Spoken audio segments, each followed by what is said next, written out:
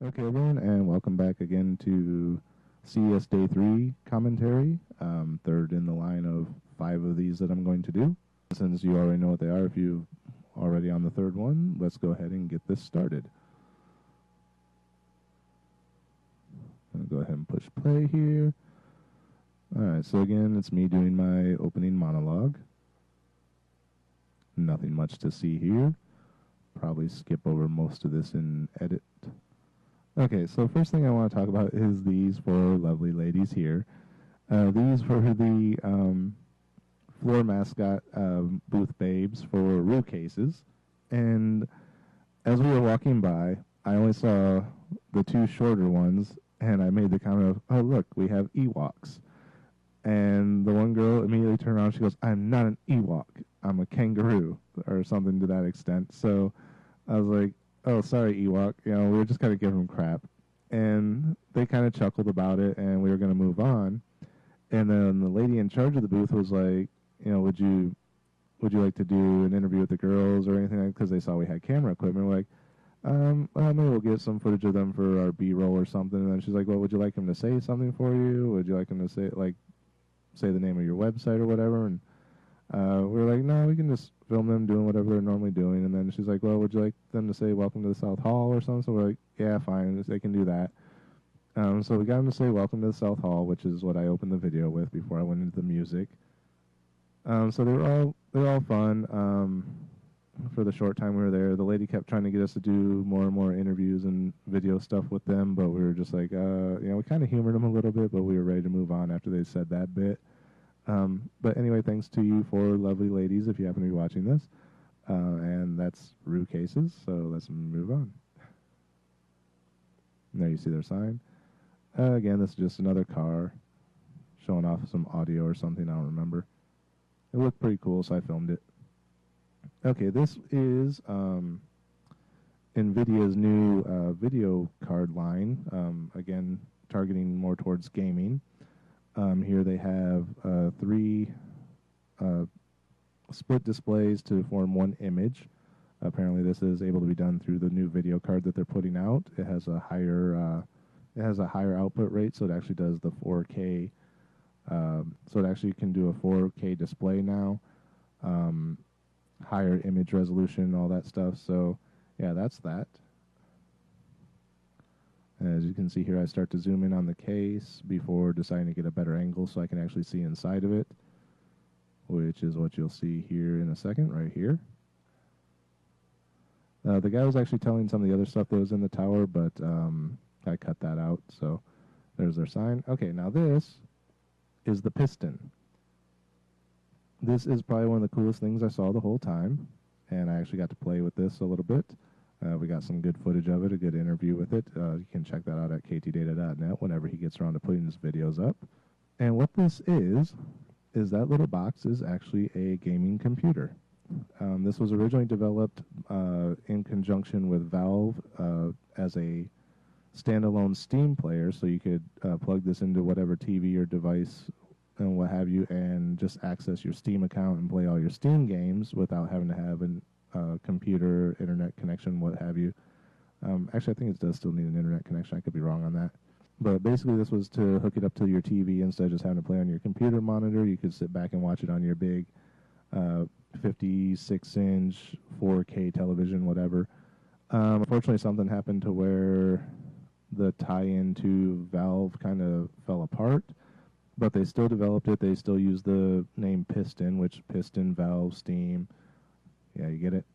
So they still use the name. It still has a Steam function, but it's not the exclusive Steam player that that Valve eventually was going to put out. But it does still access Steam, but they've actually remodeled to where it accesses a lot of other stuff. You can access the internet, movies, basically everything, and it's all in this one small little package. It was literally like about this big. You could hold it between your two hands. And yeah, so they had a raffle to where you could win one. I entered, but I didn't win this year, unfortunately. However, I did get this cool gaming mouse pad that I'm using on my desk right now. So that was kind of cool. And now I'm going to show you some footage of the piston here. And again, here's some different cases that you can get for it. You can get just different colors, game skins on them. Here it has its own Oculus-style device. It's showing you both of the displays so you can kind of see how it works. I did put this on and play with it for a minute. It looked kind of cool. Before we get into this, I want to talk a little bit more about the Oculus-style thing. A lot of the ones we saw were limited on their depth of vision. Like if you actually looked away from the screen, because it's designed to where you turn your head, the image will move and like show you things around your sides instead of just what's in front of you. But if you look out of the corner of your eye, you could still see the edge of the screen. That was the downfall with a lot of them, is you're still looking at a square screen. With the one with the piston, I'm not sure what the difference was in theirs, but they actually may have just had a little bit more curved screen, or the screen went further off to the sides. But if you look out of the corner of your eye, you could still see the things that were off to the side before you would turn your head. So I did like that a little bit more than some of the other ones I looked at on the floor that day. Now, this is a device called a Beam, which if it'll play, for some reason my mouse likes to double-click everything when I click it once. But as you can see, it has a monitor built in, and it's remote controlled to where you can move around. And basically, this lady was somewhere in California talking to us at CES. If you're a fan of the Big Bang Theory, you may have seen the one where Sheldon was sick or didn't want to leave the house or something, so he had a similar device where he had his iPad mounted to a pole on top of a little remote control unit. That's essentially what this is, except instead of putting an expensive iPad on top of this little pole, this is actually a monitor built in to a sturdy structure. It has two different cameras, one that kind of looks around the base of the item so you can see where you're rolling and if you're going to bump into something. And then it has an eye-level one where you can be looking at and talking to people that are directly in front of you. They had these running around their booth talking to people. And they actually had one computer system set up in the middle of their booth where you could actually drive one of these around their office in California. You had someone there standing next to it, and as soon as someone walked up to it, she'd say hi and start talking to you. And then she would tell you how to control it, and she would take you on a tour around their office. And it was kind of cool. I didn't get much footage of that. I basically just got the short footage of the girl that came over and talked to us, because we were actually at the booth next door, and she logged onto her unit, turned and saw us, and drove up to us and started talking. So that's why we went over and started looking at their booth. Otherwise, we probably would have walked right by it and not even noticed it. But it's actually a pretty cool device. It's called Beam, as you can see there. Okay, this is Synology. They have private cloud storage. Basically, it's a device that you set up your own mini server, like 4, 5, 6 hard drives. Basically back up all your information to it, and it's directly accessible through the internet, but it can have a private password to where only you or people that you give your password to can access it. So all your information is still out in the cloud, but it's secured so not everyone can access it, which is one of my big things about cloud is the idea of the cloud. Although it's nice to have all your information available regardless of where you're at, you don't need to be able to access your computer to get to it. One thing that's always bothered me about that is everyone has this whole issue with big brothers watching you and the government having access to all your data and how that shouldn't be.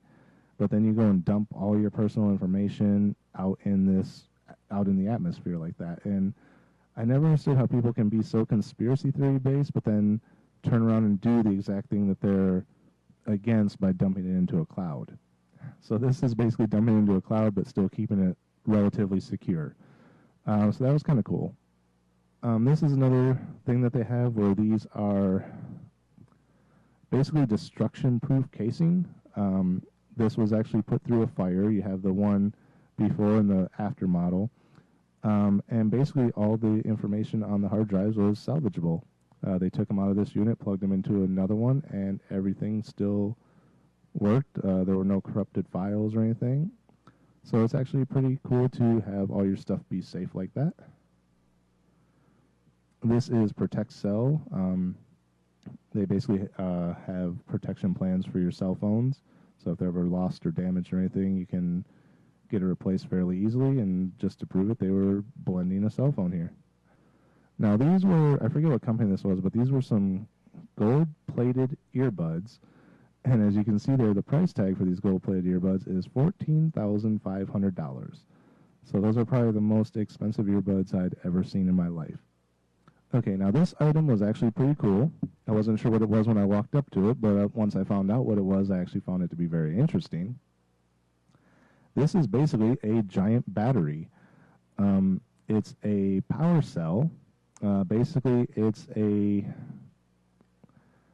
basically like if you go camping or anything, or you're going to be secluded in a wooded area or whatever, you usually take a generator, which is going to run on gasoline, but that's how you power, all the things that you need electricity for.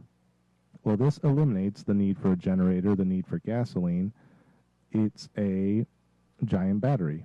You charge it up, you take it out with you. It is stackable. You can stack up to 5 of these units together to produce a larger charge and run different things. I believe he said it had... We asked him what the what the runtime was for it, and he told me, but I cannot remember. I think he said it goes a couple days before needing an actual recharge.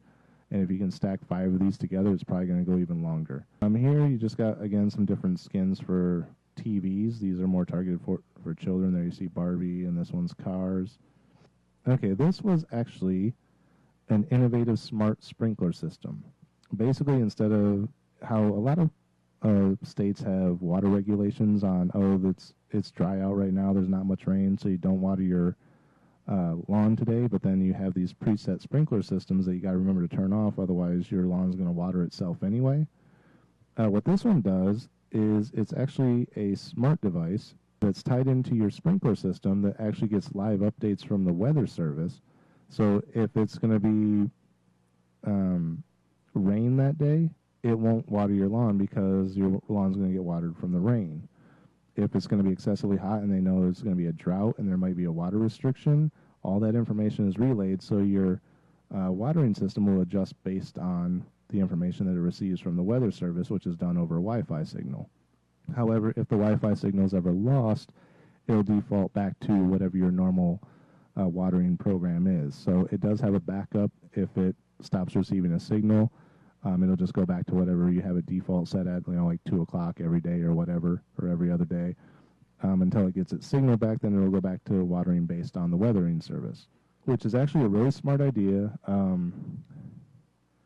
It'll actually save a lot of water on, when different states have these water restrictions. So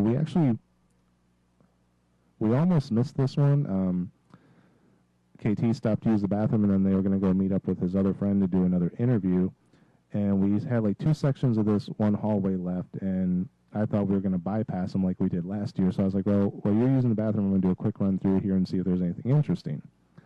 So then he caught back up with me as I was walking through the hall. He goes, did you find anything interesting? And I found 2 things that I wanted to look at. One, I'll show you here after this, I believe. And then this, I was like, I'm not sure what this is, but it's pretty and has lights on it. And he stopped and talked to the guy. I found out they were from Utah, which is where he's from. And, of course, he's always going to support a hometown person. So he stopped in and talked to him about what it was, and it actually turned out to be this really cool thing. So we stopped and did an interview with him. Again, that'll be up on ktdata.net whenever he gets it up. At some point, I'll probably have to come back and put annotations in these to link you to those. Okay, now this I only filmed basically for B-roll. Apparently, Linksys has been bought out by Belkin, and they're reintroducing their Linksys line of routers. The only reason I stopped to film this one is because it was a giant router, and it reminded me of the South Park episode where the internet stopped working, and when they went to see where the internet was and what it was a giant Linksys router. As we were walking through the floor, we saw this giant Linksys router, and we're like, hey, look, we found the internet. So we decided to film it for B-roll, and that was basically the whole point of this. This is a pretty interesting display, though, how they got it to where it works as a screen as well. Okay, now, as I said, as I power ran through the hallway while KT was using the restroom, I found 2 things. One was a sprinkler system. The other was this. So this is, I believe they were called Anapals. You'll see it at the end. Basically what it is these different animals that move and sing and dance to music. What caught my attention on this one was they had this Barack Obama one. We did ask them if Barack Obama was going to be available for sale. They said no, it was just a one-off production just for CES. So it's not going to be available for sale, but it does dance. It doesn't sing. The mouth didn't move, but it does dance, as you can see here. It would have been kind of cool had they produced a presidential line, but they said they don't have any plans for that. It's basically just the frog, the dog, and the monkey right now. And these are available in the market now. Oh, they're plush pals. Sorry, plush pals. Okay, now another thing that we saw a little bit of last year that we saw a lot of this year was 3D printers. Last year at CES, the two halls, or the two sections of the hall that we skipped over that I said I power ran through this time, last year was where the 3D printers was. It was two small sections of the hallway, 2 rows up and down, that was 3D printers. Now they have an entire quadrant of this hall blocked off just for 3D printers. So if you have the entire hall as this one big square, and you quartered it off into 4 smaller squares, one whole square is 3D printers now, where before it was just this 2 little strips of one. Now, the thing about what we're seeing here is this is a company called White Clouds. If you're familiar with KT Data and the KitCast, you'll know his new co-host is Drew Tyler. Is it Tyler? Taylor? One of the two. I think it's Drew Tyler. I could be wrong. If I'm wrong, sorry, Drew.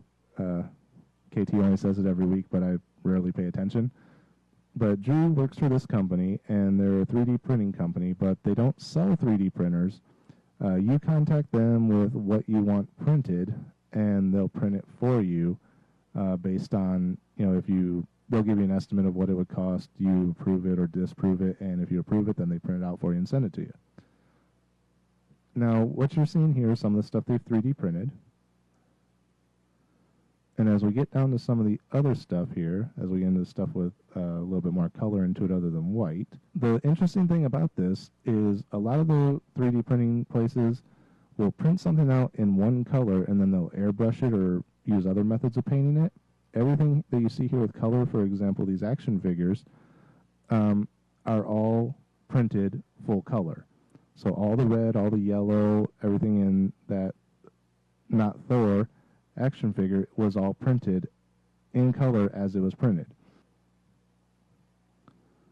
Okay, this item is the 3 Doodler. It's basically a pen. It works kind of like a hot glue gun, but instead of just basic white glue, it squirts out a colored glue, and it heats as it feeds, but then it cools as it finishes on the other end, so you can you're basically melting colored glue or wax or whatever, and you can move the pen up as you're doing it, and it'll create a 3D image. So basically it's a 3D printer that you can hold in your hand, and you can doodle stuff in 3D, and some of the stuff you saw there, like Big Ben and whatnot, was all done with this device. Okay, now as I was saying, where White Clouds was printed in full color, for example, this Predator statue here was printed in a single color and then airbrushed to get the metallics and different colors of the skulls and whatnot that you see here. Whereas White Clouds, that would have all been done in the printing process and wouldn't have needed to be painted.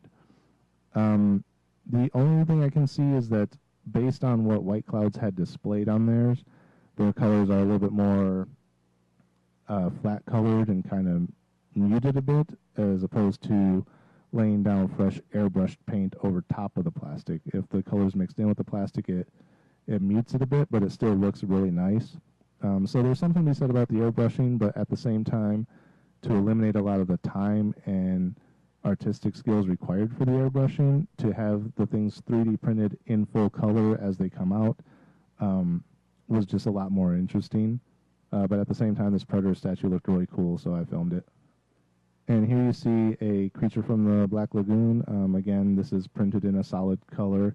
This would be later airbrushed to give the look and everything, but this is how most 3D printers do. They just give one color of plastic and melt or print it to be whatever. Here you see one being printed. I'm not sure what this was, but it's printing something, and it's, again, in a solid color that will later be painted. So that was the cool thing about White Clouds versus the others, is their stuff was in full color, but at the same time, yeah.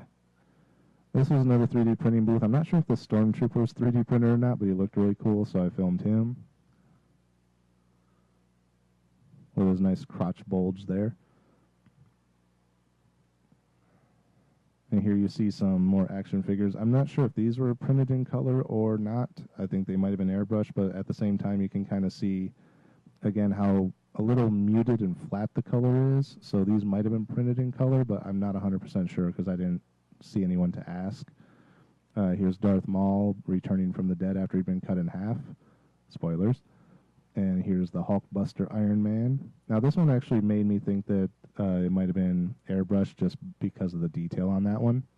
And now we move on. These instruments, believe it or not, were all actually 3D printed. That drum set, other than the metal pieces in it, was all 3D printed. Here's one that's printing in two colors. You can see the gray and the yellowish color there. So these, I believe, were all printed in full color, not airbrushed, just because they had the demonstration there. Here again, there's a human heart being printed in that brownish gray and the yellow, greenish yellow. So I think these ones are full color print too.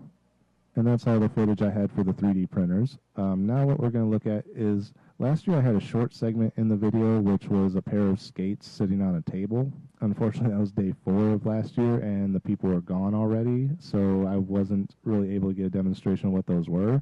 But I found that company again.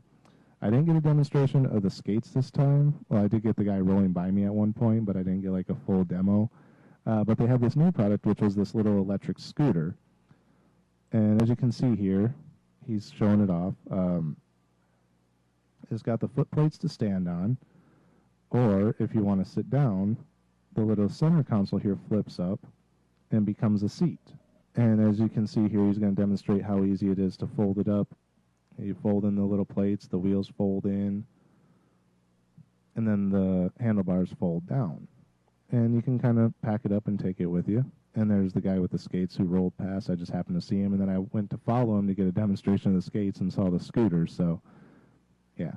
And they're from, I guess, Acton? I don't know how you say it. And now what we're looking at here is the, I believe it's the 9450. I could be wrong on the name.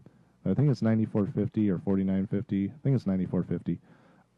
It's basically a smart basketball. It's a regular basketball, but there's sensors inside that relay different information back to your tablet or your smartphone or whatever, which is what you're seeing here on the screen. And it actually talks to you to tell you like how to improve your shot. So if it's like, you know, you need more backspin, you need more of an arc, you need to bend your knees a little bit to get more power behind your jump shot. As you're shooting the ball, it relays this information to you. Now, I did cut the sound out here, so as Dito from the Kita Anime podcast here is shooting his baskets, it actually tells him how to improve. That guy shot the first one. As you can see, Dito starts shooting here, and it had told him to bend his knees because it's actually the second time he was shooting. So then it was telling him that he had to get a higher arc, and then it told him like he had to get a little bit more power behind it.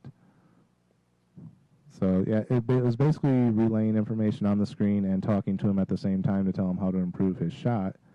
And he just sat here and kept taking shot after shot after shot. And he did make a few of them. I happened to film the part where he wasn't making any baskets, but KT got more of the part where he was. So you can actually watch that in their interview with the 9450 company, which I believe is up now on his website. I'll probably link it somewhere in the video or in the description. And here you see me doing my wrap-up again for day 3. And I don't know if you noticed what's behind me there, but that's the Woot.com booth. They were closed down. Everyone had gone home for the day. But if you know anything about my past and how I got started in all this, it has a lot to do with that company. So that was just my little homage back to them, that I stood in front of their booth to do my closing video for this day. And yeah, that's basically the end of my day 3 commentary. So anyway, as we fade out onto the credit card, or on the closing card, what do you call those? I'm going to call them credit cards. And then we fade out to black, and that's it for the day 3 video. So as always, again, thanks for watching. I'll be back shortly with the day 4 and then the day 4 extras. Until then, as always, thanks for watching, and we'll see you in the next video.